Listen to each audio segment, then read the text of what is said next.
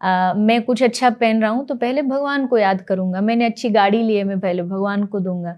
मतलब जीवन की सुनने से लेके, देखने से लेके, खाने, जो भी हमारी क्रियाएं हैं, हमारे जो 5 क्रियाएं होती हैं, उन सब से जो भगवान को याद करता हो, भजता हो, वो भक्ति है। पूजा अलग चीज़ है।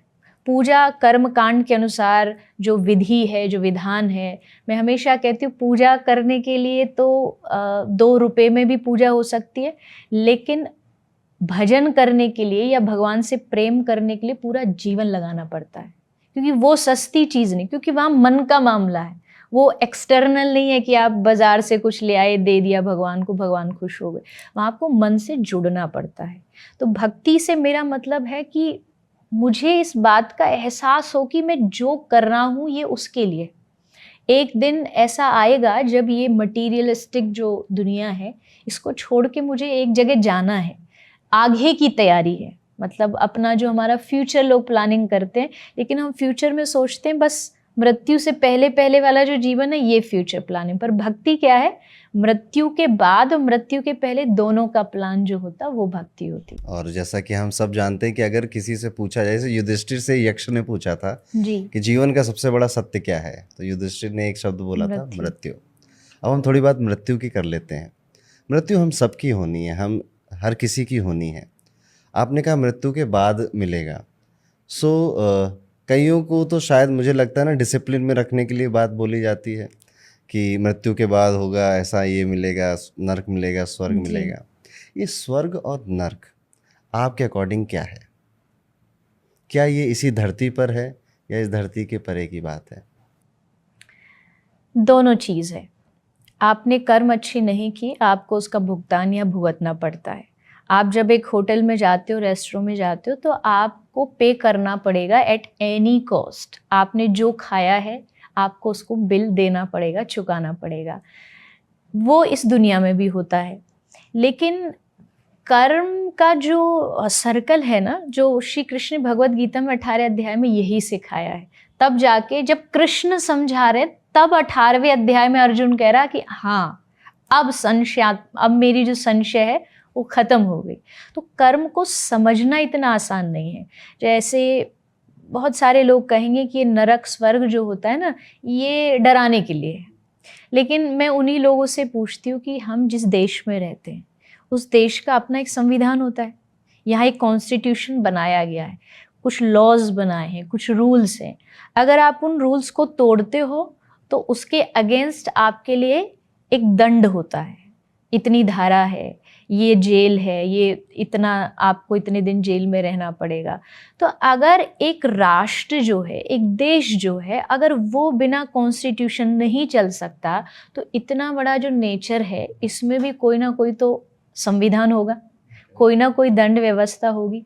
तो वो जो दंड व्यवस्था है उसको हमने नरक और स्वर्ग का नाम दे दिया है कि अगर आप रूल्स तोड़ते हो तो आप नरक जाओगे, और अगर आप सही रास्ते पे चलते हो, अपने नियमों को सही, नागरिकता जैसे नागरिक सही काम करता है वैसे ही आप स्वर्ग जा सकते हो। बात रही कि क्या ये सचमुच होते हैं? बिल्कुल होते हैं।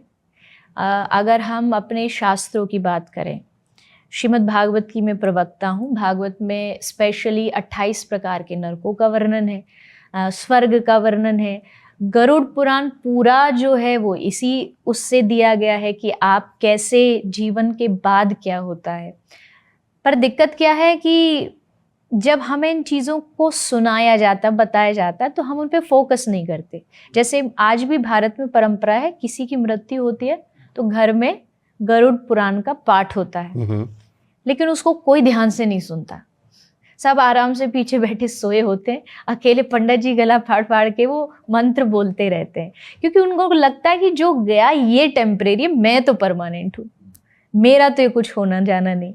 लेकिन वो इसलिए सुनाया जा रहा है कि सीखो, आप इसको सुनो, आप पढ़ो, आप कि कर्म का कितना बड़ा सिद्धांत है, वो घूम करके आपके पास आएगा।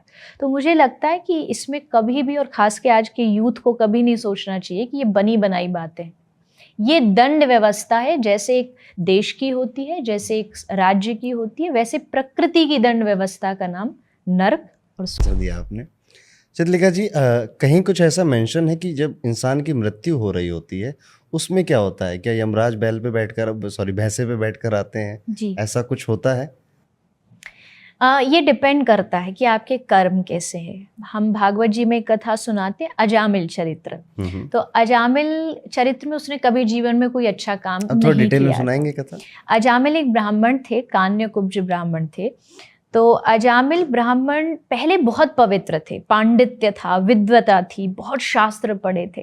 लेकिन क्या हुआ, एक बार उनके जीवन में एक ऐसी नारी आ गई, एक ऐसी, उन्होंने किसी को संभोग करते देखा तो उनका मन किया कि तू मेरे साथ चल। उसको घर ले आए, वो एक वारंगना वैश्या थी। तो उसको घर ले आए, उसके साथ रहने लगे और संग का असर पढ़ते पढ़ते उनका जीवन एकदम चेंज हो गया। अब वो गलत काम करने लगे, शराब पीने लगे, चोरी डकैती ये सब करने लगे। उनके घर एक बार कुछ साधु ब्राह्मण आए, तो उन्होंने, साधु ने भोजन किया। भोजन के बाद उन्होंने बोला कि घर में साधु आया, कुछ दक्षिणा। तो अजामिल डाकू बन चुका था, बोला महाराज मैं दक्षिणा देने वाला नहीं, मैं छीनने वाला हूँ। तो साधुओं ने कहा अच्छा एक काम करो, तुम्हारी जो पत्नी है वो गर्भवती है, हम दिव्य दृष्टि से देख सकते हैं, उसको बेटा होगा, तुम कुछ मत करो, उसका नाम नारायण रख दो। उसने वो बात मान ली और उसने बेटे का नाम नारायण रख दिया। अब हुआ क्या, हमारे शास्त्र कहते भगवान का नाम भाई को भाई अनख आलशु, नाम जपत मंगल दिशि दशु। भगवान का नाम इतना पवित्र है, आप मन लगा के लो, बिना मन लगाए लो, गलती से लो, उसका असर आप पर पड़ता है। तो बेटे का नाम बुलाता था, पर उसको नारायण नाम का फल मिलने लगा। और जब उसकी मौत हुई, मृत्यु के समय जब उसकी प्राण खींचे जा रहे थे, तो यमदूत आए, क्योंकि जीवन में कोई अच्छा काम नहीं किया था। लेकिन लास्ट मोमेंट पर जाकर के उसने जोर से आवाज लगाई कि नारायण मेरी रक्षा करो, क्योंकि प्राण खींच रहे थे।